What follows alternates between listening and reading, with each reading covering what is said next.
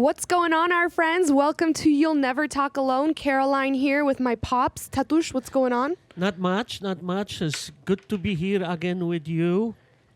One thing, Mom forgot put makeup on my face before I come to your studio. Well, it's a good thing that you're a natural beauty. You don't need makeup. Yes, no, but sometimes you need, it's hard to look good when you're older, easy when you're young. So you gotta... Dad, I don't want you... remember that. I don't want you looking better than me, though. Never gonna look better than you. Stop. Don't say that just for the cameras. We all know that you think you're the best looking in the family. No, for sure.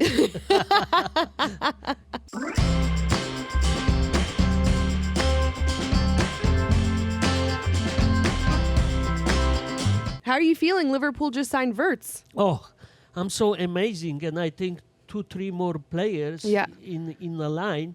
So this is... I was kind of thinking today how smart Liverpool did that. They win the Premier League. They know they still need someone to be better than that. They have to compete against Arsenal, Manchester City, and who knows who else. Yep. And look, bam, the biggest trade in Premier League history, like expensive, the most expensive. Well, I don't think you guys ever have to worry about Arsenal. Yes, I know, but you know. Arsenal's happy in their second place, never winning the Premier League. But no, Wirtz is an incredible player. I think you guys are going to really like him. Yeah, no, I think so. No, and he wants to be in Liverpool. This is a lot. Yeah. If player wants to play for the team, club, this is very important, I think. So, what do you think about Trent Alexander-Arnold speaking Spanish at his Real Madrid debut for the press? Great. I liked it too. I don't know. Everyone is so pissed off. Very smart guy. And I like that he came out with the language talk. Yeah. This is when he already bought some fans, Yes. Well, here's the thing. I know, for example, English isn't your first language. You're from Poland. And if you have a player, if there's a Polish club, let's just say, Legia Warszawa is like Real Madrid, okay? One of the best clubs in the world. And you're getting Trent Alexander-Arnold.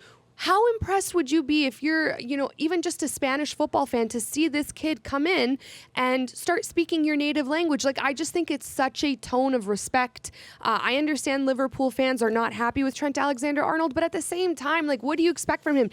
99% of players, if they have the opportunity to go to Barcelona or Real Madrid, they're going to make it happen. You saw, Stjounsna came out of retirement to play for Barcelona. Like, these are things that have to happen. I understand Liverpool fans, it's down to loyalty. It's down to Trent, being an academy player, being there since he was a young kid. But the guy also has a career to look out for. I personally love that he went to Real Madrid. I love how he handled the media and the press, and I wish him the best of luck at Real Madrid. Same with me. I like him a lot, and why not? Why not? But it's a long way to go. Did you see? It's not easy to be in Real Madrid. No. We know that when Coutinho left Liverpool to Barca, he became no player. Basically. Yeah. And you even heard in David Beckham's documentary that going to Real Madrid was a completely different. He says it was the biggest pressure. The craziest experience for him. So I can only imagine. I know. But David Beckham. Actually, coming to your place today, I was actually thinking about David Beckham playing in Galaxy LA. Yeah. And every time he play, I watch Galaxy, and I always says that team, when Beckham was down there, could compete in any team in Europe or a league. Really? You think so? Well, that was just the beginning of MLS. It wasn't good. No offense. That was good. Good. Really good. I don't think so. Because now, look, you got Inter Miami. We can start talking about Club World Cup. You got Inter Miami, and they figured out a way to win against Porto, which was really good, actually, because that first half, Porto should have been up 3 or 4-0. I actually really blame Porto for not winning that match. But they come out in the second half, they score 2 goals, and now they're... and, of course, Messi. You can delay him. I'm laughing because I hear my son. He must have just got up from his nap. He's with my mom. He's probably wanting to come on the show. Yes, exactly. You know what, guys? I did a video one day of my son. I think he was about 6 months, and I asked him to pick who his greatest of all time was, and he picked Messi. Yes, so he he probably hears us talking about Messi. Yes, exactly. And he's probably getting excited. He wants to talk about that free kick he scored. But I don't know if you know, he's the first player who was involved in 1,250 goals. Wow. So he scored 866 goals. Wow. And 384 assists. So that's give you 1,250. There's no denying that Messi's one of the greatest players of our generation. I'm so happy I choose him. You should be. Yeah. Well, I just kind of going back to what you said about David Beckham. I feel like this team with Inter Miami, they have Messi, Suarez, Busquets, you name it. But they're still having a hard time kind of competing against. Because they are 40 plus. Yeah, I know. But I mean, then you think back to that day with David Beckham, like, David Beckham was kind of the only really big player in Landon Donovan. Yes, but was one more player. I forgot his name. He was midfielder. He was from Premier League, I believe. Maybe I'm wrong. I don't see them but that team I remember competing. Every time when I watch Galaxy and David Beckham was down there, actually I like the way they play. Because David Beckham was incredible. People don't give him enough credit. Remember back in the day? Well, I do too. But back in the day, remember everyone would say, "Oh, he's just too much of a pretty boy. All he can do is hit long balls." But no, I think he's much more than that. He was amazing. Very simple player. Very simple midfielder. Smart. I remember one time I took one of my friends who criticized him all the time. Even me, because I say I love this guy, and he was in Toronto playing game, and I say, look, any player from Beckham team left the hand to him to pass, and that's what he did. Yeah, he has eyes, vision, everywhere. And after the game, that my friend says, I'm sorry, but I have to tell you, you're very right. He is a very, very good player. As someone who played midfield, I have to say the thing that I loved the most about David Beckham was his ability to hit a long ball and put it on a dime. Like, for me, the biggest part of my game when I finished was how many passes did I complete. I wanted to finish the game without giving the ball away once. And obviously long balls, it's a little bit more out of your control. They're harder to do than these short passes. And David Beckham was just so clinical and so consistent with his long balls and those diagonals and how he bent the ball. And I would study how he would do that. And I would just try and do as much of that in my game. And remember how good I got at long balls? You are like that. Because I watched David Beckham and I never give myself credit. But I will give myself credit with passes in my game. That's what I missed the most about playing was passing the ball. And I just used to watch David Beckham so much with how he did his long balls. You have to remember with who you start. I teaching you You passing. Taught me everything. Yeah, you taught me everything. Foot, You did. You remember? You Every did. My time dad. You miss my foot, you have to go pick it up. It's true. We would pass, and anytime I'd pass it with my left foot and it didn't go straight to my dad, I had to run and go and get it and bring it back to him. And I know because when I was kid, and that was for me the worst thing if I didn't place the ball where I should, and I have to go pick it up. It's I just the worst. hated that. I know. And I know that. And look, so I remember your passes. They are incredible. You're making me miss it. You remember your national coach?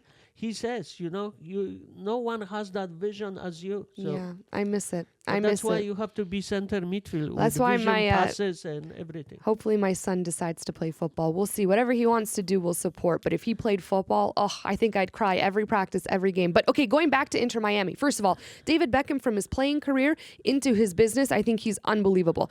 But now we have Inter Miami and Messi. A lot of people think I don't like Messi, and I hate to burst your bubble, but I love Messi. He's not my greatest of all time, but I think he's an incredible player, one of the greatest players of our generation. Number 2, right underneath Cristiano Ronaldo. But you know what I love about Messi? So that first half, like I said, Porto should have won 3-4-0. They couldn't find the back of the net. Inter Miami comes out in the second half, and essentially both these teams have to win, or else they're third in the group Yes. and likely not getting out. Dad, do you know that in Messi's entire career, he's never not gotten out of a group? So this would be history for Messi, okay? So it's a very big deal. Start of the second half, Segovia for Inter Miami scores a beautiful goal. And right from there, Inter Miami equalizes. And then whether you think it was a foul or not, it might be slightly soft, but I do think, 9 times out of 10, a ref is calling that for Messi. He won his own foul. He gets a free kick. I guarantee you, everyone watching that moment, Dad's like, Messi's going to score this free kick. And you want to know what I love about Messi? No matter what the stage, no matter which stage he's on, he freaking gets it done. Aside from his time at PSG. But we're not gonna go there. But you just know that when he's standing there to take that free kick, he's gonna freaking get Inter Miami in the lead. And boom, another free kick goal, his 67th one of his career. I think 68. I think 67. Yeah. Maybe I'm wrong. Yeah. And now he has been the all-time free kick goal scorer in football. But it's just like Messi, even at his age, we know that the prime years of his career, are behind him. But still at this age, in an important match for kind of like in terms of, people are going to say, if he doesn't get out of that group, this is the first time in Messi's career that he didn't get out of the group. Inter Miami just lost to Porto, blah, blah, blah, blah, blah. He freaking still puts the team on his back. And this is why I respect Messi so much, because the things he does, sometimes you just can't make it up. It's like watching a movie when you watch Messi play. And take that from a Cristiano Ronaldo fan. And for everyone who thinks I can't stand him, you're absolutely wrong, because I watch this guy play and I thank the football gods every day that we were given 2 players in the same generation like Messi and Ronaldo, that we can sit there still to this day in their later years and be like, holy shit, like they're still doing this. Ronaldo just won a Nations League trophy. He just won in the semifinals against Germany, scored a goal, and then he just won in the finals and scored a goal against Spain. You know what I mean? Like that's what these guys are still giving us. Exactly. No, and it's that's why we watch them play. Yeah. And because Inter Miami is not a World Club competition, we watch Inter Miami because we want to know Messi. really which kind team is that. Yeah. Yes. And they are a good team to beat Porto. I was kind of surprised. Yeah, well, because you told me this was the first MLS team to beat a European team, like from top leagues. Yeah, and I watch Real Madrid playing first game. That was like a lot of people says this is mistake to make that tournament. I don't think so. But you know what? I was thinking that too. I did at the beginning too. Yeah, I'm with you. I still think it's too many clubs. Yeah, I like that idea when I was young and was 16 teams, go to tournament, World Cup tournament. Now I understand it has to be more, but for good start, first season, let's do it 16, the best clubs or whatever they choose, and have a 2-3 weeks, nice, quick tournament. Everybody gets trophy or not, and go home. Those players needs the rest. Because the summer league's gonna start. That's what I was thinking. But then yes, I started watching Real Madrid playing first game. Al Hilal. Yes, and you again, if you love football, you know Alonso. Yeah, Xabi Alonso. Is first coach, first game. Yep. New coach for Real Madrid. Few more players, young players, join Real Madrid, and you want to watch that how this goes. I was coming back from a plane from Vancouver because I had work to do in Vancouver, but I was reading online that the first 45 minutes Al Hilal was better than Real Madrid. I watched that. That's to me as a football fan, because I was with you at the beginning. I'm like, why is there this extra tournament? Like these poor guys, right? Think about how much soccer we watch or football we watch as fans, right? Like a ton. But now I'm like, this is so interesting because you got Saudi Pro League teams doing better than some of the best European teams in the world. Maybe even if it's just 45 minutes, right? That's still a lot. So I think that these tournaments, I agree that there's a lot of like the group stage games, you have to kind of be patient. But I do think when we start getting into the quarterfinals, like the knockout rounds, that we're going to get some really good games. Yes, some media, I'm just reading, people says, I'm not going to watch. Again, I'm saying Then I watch Inter Milan with Egypt, Yes. Inter Miami with versus Egyptian. Al Ahly. Yeah. Couldn't believe. I know. That's Couldn't what's believe cool. Even the goalie Bono. I believe he's from Morocco. Yes, and he was huge at the in World Cup. Yes, Huge. yes, He was yes. incredible. So things like this, in the end, I think it's gonna come more people Yes. to watch. But because it's first time, it's a lot of people who criticize. But we have top players on there. For 100% Tatush. And you know what? It's like nothing I think tops World Cup, Euro, and Champions League, And you can throw Copa America in there too.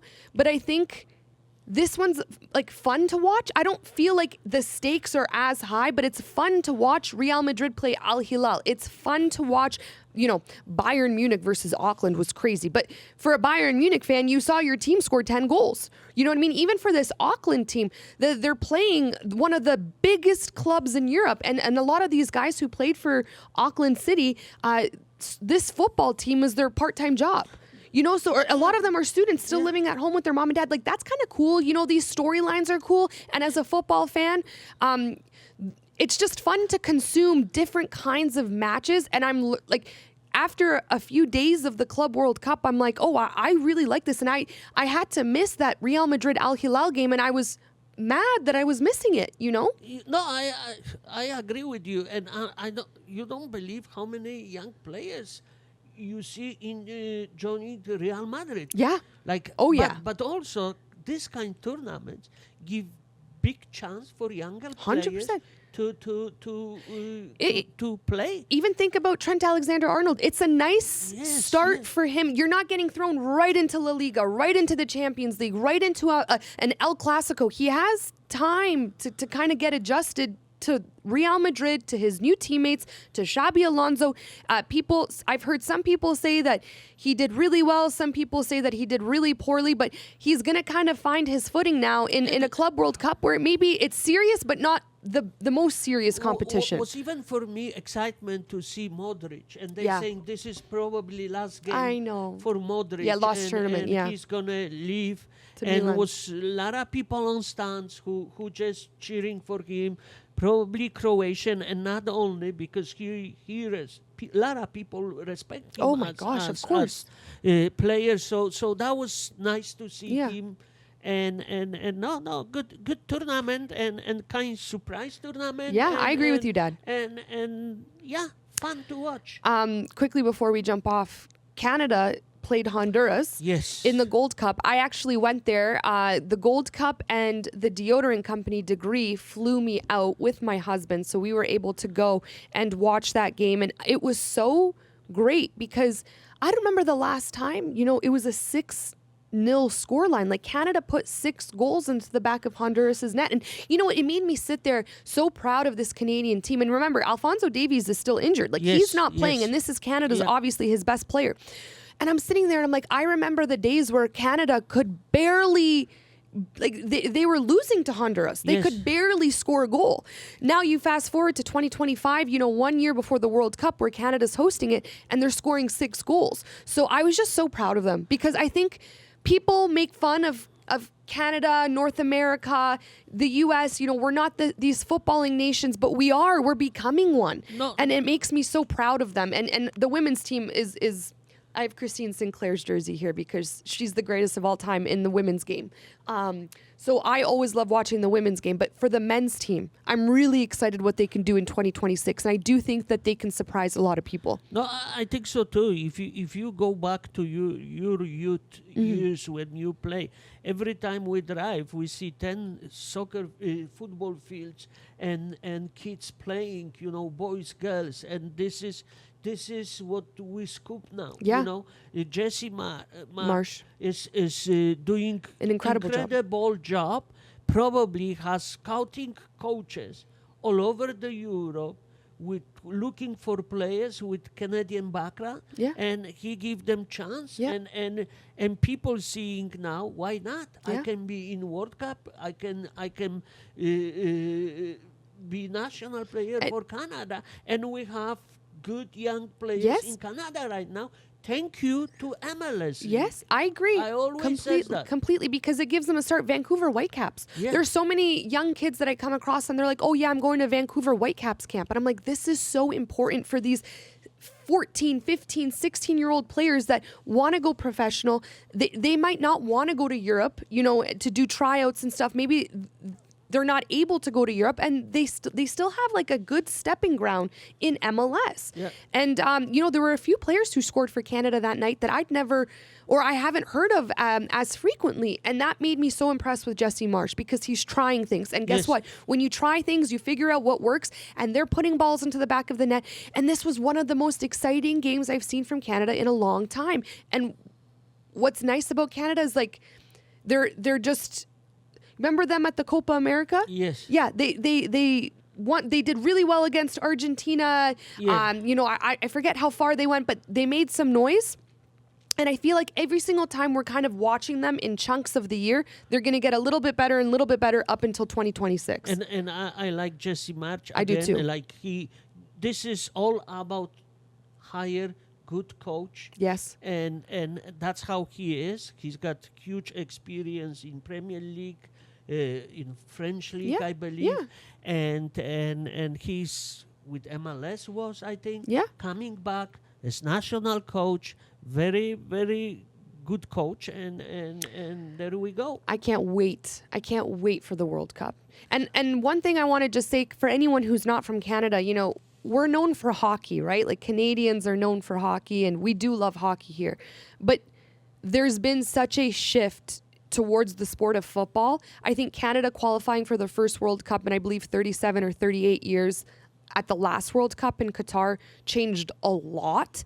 And I think Canada now hosting this next World Cup with USA and Mexico has the potential to really, really take off here in Canada, which makes me excited for the younger generations, makes me excited for, as a parent, where my kids can play one day. And I just think that people don't realize how much this sport is loved here in Canada. Yes. So it's going to be a very exciting time. And I'm proud of our national team. Yes, me too. Okay. All right, guys. Thanks for listening. Thank you very much. We could, you know what? You'll never talk alone. I wish these episodes could be an hour and 20 minutes, because we could talk all day long. Yes, but soon we're going to just have to start doing it twice a week. I have to pay you more, so you come to the house twice a week. Me? Yeah. Oh, I didn't know that. I do. Or maybe you're giving mom No, I pay you here and there. I do. I surprised you with some cash. I have short memory. Yeah, you do, of course. Yeah. I probably have to give you $50 an hour for you to remember that you're getting paid. Yeah. Straight into your pocket. Yeah. Oh, you're my most valuable employee, hey? Oh, thank you. Yeah. Thank you. I don't know. My best boss ever. Yeah. Remember that. Yeah, and young boss. Yeah. I'm chill. Yeah, I'm not tough. I want Dad, come over when you want to come over. We'll record when you want to record. What do you want to talk about? Yeah. This is, honestly, guys, when we talk on here is exactly how we talk on the phone. Yeah. I tell you guys all the time, there are times where my dad and I start getting into a conversation on the phone, and I'm like, let's stop and let's just save it for the episode. So you guys are getting basically the most genuine conversation between my pops and I. Yeah, even if we don't want to talk about anything else, when we start talking about football, literally is different. My dad will call me, he's like, I have a scoop. That's the first thing he says. Not hi, how are you? Just I have a scoop. And I'm like, tell me. A lot of the times the videos I make, my dad will call me, he'll be like, did you hear this? And I'm like, thank you for the scoop. I'm going to go make a video right now. Yes, no, I know. So you're the MVP. So I'm helping you. You're the biggest help. Yeah.